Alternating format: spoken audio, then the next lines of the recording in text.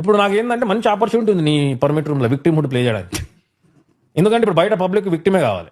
మనం చాలా కాన్ఫిడెన్స్గా మాట్లాడినాం అనుకో బ్రో, నచ్చదు వాళ్ళకి. ఏమరా ఎగురుతుండ్రా, నాకు కమెంట్స్ ఉంటాయి, ఇది చాలా ఎక్కువ మాడుతుండ్రా అని కింద ఫుల్ ఉంటాయి కమెంట్స్. అదే నేను ఇదే వాట్ సారీ చాలా కష్టాలు చూసా బ్రో లైఫ్లో. చిన్నప్పుడు క్యాండిల్ ఉంటుండే కానీ ఎట్లా వెలిగించాలో తెలియదు, వాక్ పాయింట్ ఉండే కానీ పడాలు లేకుంటుండే. ఇట్లా చెప్తే ఫుల్ వింటారు తెలుసా. 1.5 మిలియన్ వ్యూ నేను వెళ్ళిపోయే లోపల వస్తాయి ఇప్పుడు. చాలా బ్రో, వదిలే బ్రో వదిలే అంతే. మళ్ళీ చెప్తారు వాడే వద్దంటాడు మళ్ళీ వాడే చెప్తాడు సాడ్ స్టోరీ. పబ్లిక్ కూడా ఎట్లయిందంటే ఎవడైనా విక్టిమ్ కూడా పే చేస్తే వన్స్ మీట్ చేయాలి మనం, ఈజ్ ఆర్ రెస్పాన్సిబిలిటీ.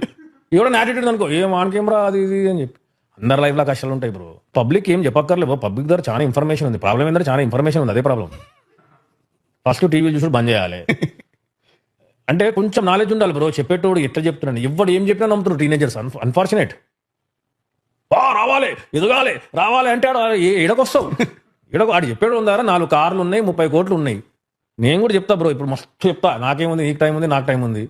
కానీ సచ్ మిస్ఇన్ఫర్మేషన్.